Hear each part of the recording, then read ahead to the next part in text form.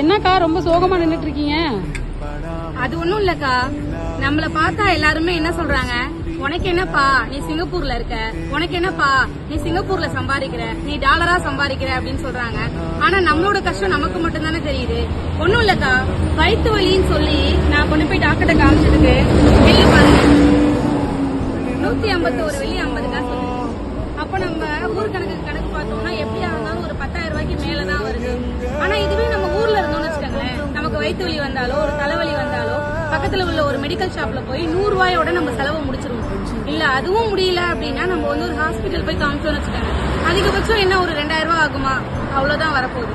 ஆனா இங்க ஒரு தலைவலிக்கு நம்ம செலவு பண்ற காசை பாருங்க, 150 வெள்ளி 10,000 ரூபாய். இது மாதிரிதான் சிங்கப்பூர் ஒர்க்கர்ஸ் எல்லாருமே நாங்க கஷ்டப்பட்டுட்டு தான் இருக்கோம்.